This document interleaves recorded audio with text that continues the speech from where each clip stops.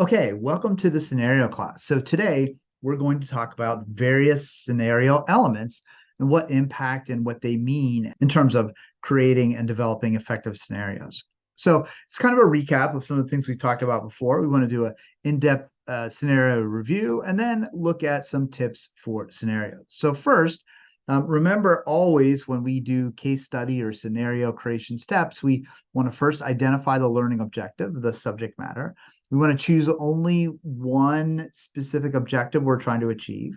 We want to choose our characters. Is the character going to be the teacher? Is the character going to be a learner? We want to create a plot to see what happens, develop questions.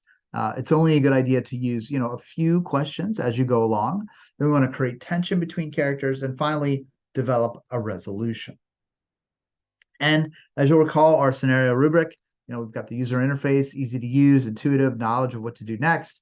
Engagement, we have to hold the learner's interest. Instructional objective, we want to make sure that it's clear learning outcomes. We want to understand why the scenario exists, provide feedback, make sure it's clear, and guide the learning. So let's take a look at our agenda here. We really want to look at this particular website, Yo Scenario. It's a very cool website. It's got some really cool things that we can do there. And one of the things that we can do is we can actually create, we can actually look at some scenarios that have been created. So this is a tool for creating activities and scenarios and all these kind of things, which is really kind of interesting. We're going to look at examples. What I want you to do is go down to the example as we go down here. There's all kinds, the Andy Dufresne case, the customer query case. We're going to look at the shipwrecked case. So I want you to go ahead and go through shipwreck and see if you can survive. So I'll give you about 20 minutes to go through the shipwreck case, see if you can make it. It's tricky. It's tricky to see if you can make it. So hopefully you can, but you may not be able to. So as you go through, it's going to give you some information about how long you've been awake, about your hydration rating, about your energy rating, nutrition. So all of that can be helpful to you as you go through the process of looking at this particular scenario. So again, 20 minutes, go ahead and look at it, pause the recording, and when we come back, we'll do a little bit of talking about it. Now, what I want you to do, since you're not able to make it to class, is just write up a paragraph or two, maybe two paragraphs about what you thought of the case, how the case, if you survived, what you thought of that particular element. Remember, it's the shipwrecked. So did you survive? Did you make it? What did you like about the scenario? What did you not like about the scenario? And I want you to really think about these kind of questions. What was the goal of branching in this scenario? Why did you go to different directions? What was unique about the branching? Or was there nothing unique about it? And what was frustrating about the branching? I'm sure some of you got frustrated. And what were some gems, some things that you would take away? And then what are some warnings from the experience, things that you're like, I would not do this when I created my branching scenario. So this gives you an opportunity, in that two paragraphs I talked about, answer these, 5 questions. So it should more than easily be able to answer kind of what the goal was, what was unique about it, what was frustrating, what were some gems, and what were some warnings or some things that you would want to avoid when you created your own scenarios. Okay, so now that you've done that, I'll go ahead and wait 20 minutes. Well, actually, I'll just wait a moment, pause this. After you've gone through it, come back and let's talk about some tips in general for scenario-based learning. One is always define what the learner will know or be able to do, or as important, what will they feel as a result of scenario-based learning. Oftentimes, when we create scenarios, we leave out the feeling part of it. That's not good.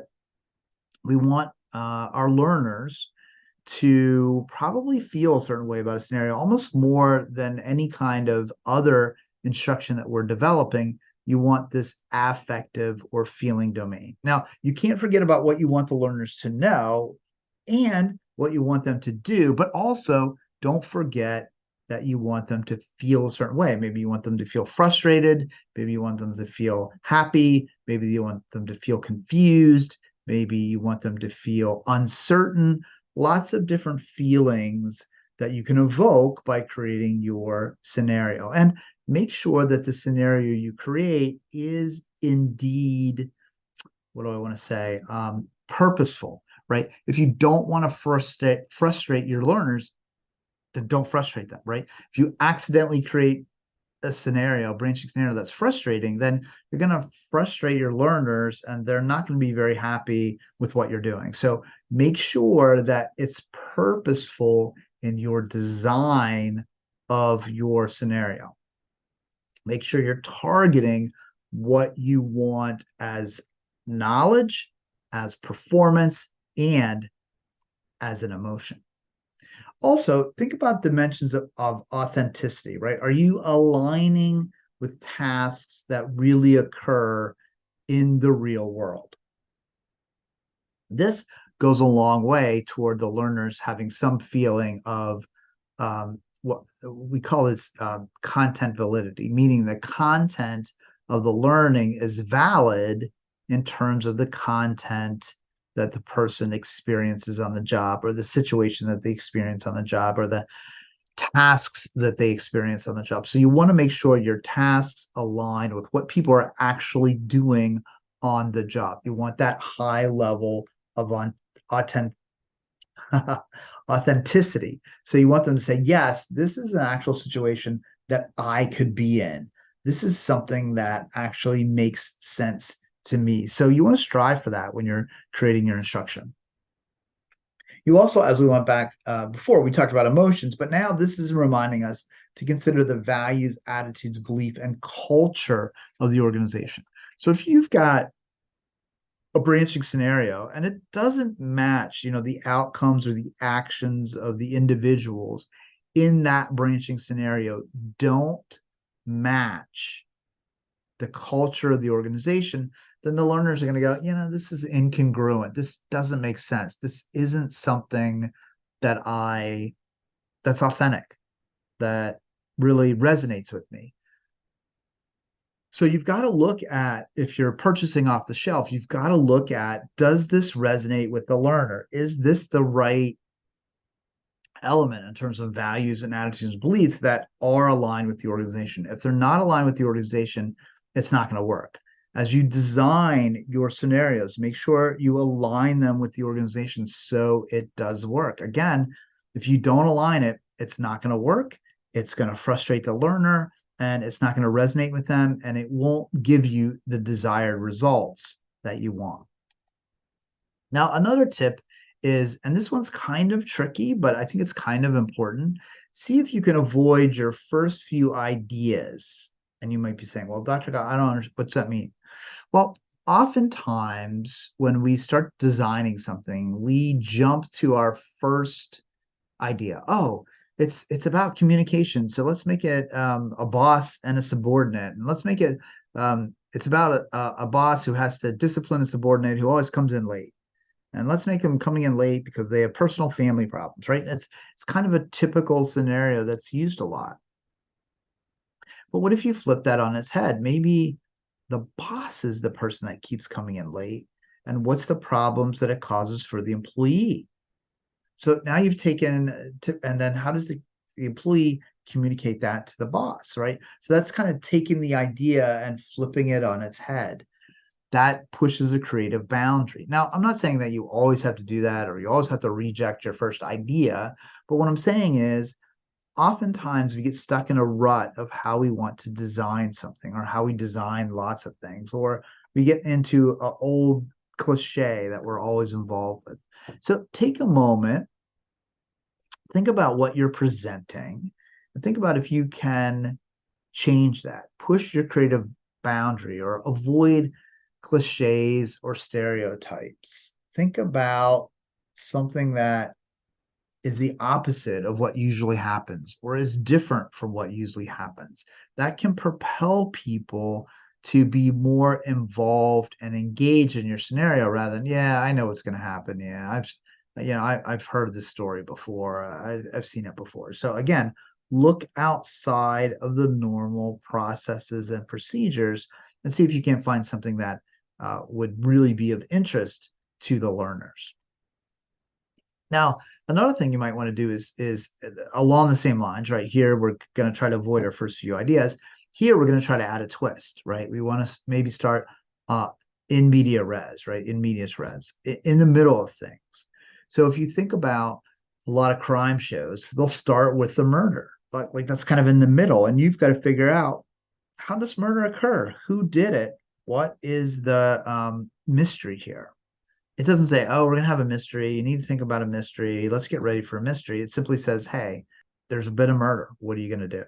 Figure it out, right? You're thrown into the middle. So, can you throw the learner into the middle of a heated argument? Can you throw the learner into the middle of a miscommunication with a customer?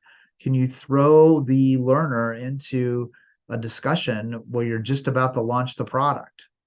And things aren't working, right? That just gives that little bit of twist. It creates a sense of urgency, a sense of a problem that needs to be solved. That's always a good idea when you think about creating a scenario, because it catches the interest of the learner. The other thing is old improv trick, the yes and thinking, where you let the characters go, yes, and this happens, and this happens, and this happens, and this happens, right? You can get this string of really interesting events that occur. Now, they may not all occur in real life, but as long as they're authentic to the task or the situation, it can be a really powerful learning tool. It can draw the learners in, and that's what you want to try to accomplish. So think about maybe either on media res trick or a yes and type of training. Now, another one is, don't start with the subject matter expert, start with the learner. And so what do I mean by that? Well, oftentimes we go to subject matter expert and get all that information that they have and try to pick their brain and see what they know. But in reality, the learner is the person that has the struggles, that's trying to get started, that has the biggest curve of not understanding things. And when we provide the perspective of the learner, when we talk to them, when we find out what they know or what they don't know, that becomes the important element. That becomes something that we can convert into really good learning. So think about starting with the learner, think about what the learner should know, what they should do. Ask new learners what mistakes they made, what elements of the process that they were confused by, what they wish they would have known. Instead of saying the subject matter expert, what does some new person need to know all about all this? Because the subject matter expert maybe 10, 20 years out of the field might not understand all of this information from the perspective of a newbie, of somebody who's just experiencing this. So think about the perspective of the learner, not necessarily the subject matter expert. Now, another thing that I think is fun, and maybe this is a little controversial, I don't know, but you can create buzz with, subtleties, right? Maybe add an Easter egg here or there, something that's always known to the company that might be interesting, or a surprise ending, or some kind of little bit of fun, or, some people may call that gamification. But to me, it's just this sense that what you're doing is connecting on a deeper level than just learning. It's kind of an inside joke level, or kind of, oh, we know this in our organization. Just adds a level of connectivity, surprise, novelty that's not typically experienced with dry, boring learning. So really think about how you can add some of these fun, exciting, engaging little elements into the process that you're creating. You also might want to think about using techniques to indicate that time has passed. There's a lot of cinematic techniques that are used to show that time has passed. Swirling images, that you go back in time, or even fading to black. So don't be afraid to use these kind of techniques to signal to the learner certain things, like, hey, we're done here. But we're actually not done here. we actually have a few more things to talk about. So we've talked about this before when we had Clark Aldridge come to our class and really provide some great information. But he talked about using intentions rather than language. So yes, you could write, you could have a question, can you drive me to the university? And you could say, yes, I'd be happy to, or no, I don't think it's a good idea. Or you could say, hey, do you want to agree to drive the person or decline to drive? The argument is, look, we don't need help with the language, right? We can articulate, yes, I want to drive you there, no, I won't drive you there. But what is important is the decision that's made. And some advantages here that we have, faster authorization of the simulation. Yeah, okay, that makes sense. That way people don't get, the subject matter experts don't get tied up if you're using them, don't get tied up on, oh, well, this language isn't right, or I wouldn't say this, or this language doesn't make sense. It also avoids a situation where a learner might not speak that way. It gives the person a chance to reflect on their behaviors rather than their language, and it can help prevents tipping over, tipping the player, like, oh, this is the right answer because it's longer, or this seems to be more cordial. That must be the way to go, right? So you can actually add intentions like agree or disagree rather than dialogue. Now, in some cases, dialogue is necessary. Maybe you're doing a sales training and you want somebody to understand what the dialogue is. So you have to be very careful about the dialogue. But other instances, dialogue is not as important as intention. So you as a designer need to know, hey, what's the difference? And then apply the intention or the dialogue correctly to get to the end result. You also, again, Clark talked about this as well, give the players no consequence decisions, right? Give a player a no consequence to desensitize them to the types of decisions that they're ultimately making. So if you're making decision after decision after decision, the idea is that the learner may not start to break down every decision, go, oh, what does the designer really want me to say? What should be the answer in this case, right? It kind of breaks it down so that you're not as they're not thinking as strongly about deconstructing your simulation. They're thinking really about just answering the questions. Then you get them in this rhythm of answering the questions. Then you can get into the difficult things. And the idea, hopefully, is it's a more authentic response to questions that they've been asked. You also, I think this is important, is oftentimes we get into, how much background should we give to the character? And sometimes we'll come into a scenario and you have a huge mound of text, lots of text. And nobody likes to read tons of text, especially if you're in a simulation environment. So you might want to consider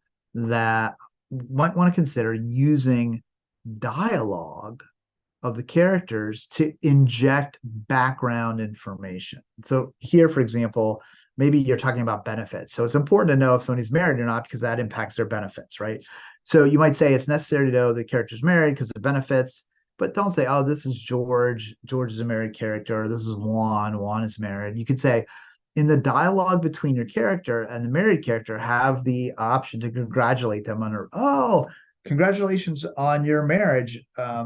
That's fantastic. And then later in, you can say, well, if you had any change in status, oh, yeah, oh, I remember they got married. Okay, well, that's going to impact their benefits. Or no, I don't remember any. Oh, that was wrong. You didn't pick up on the change in status. That's important for benefits, right? So you could add that in there, and it allows you to have key points, which are typically in dialogue. There's rarely human situations where somebody rocks into a room and there's a wall of text that follows them. You have a conversation with somebody. How's your weekend? Oh, I got married. Oh, congratulations.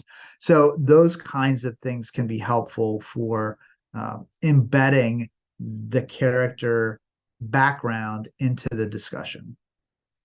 Now, when we talk about all this, we want to talk probably about what is the ideal situation then for somebody. I'm going to hide the meeting controls. Whoops, not the video panel. I'm going to hide the meeting controls. Give me one moment, please.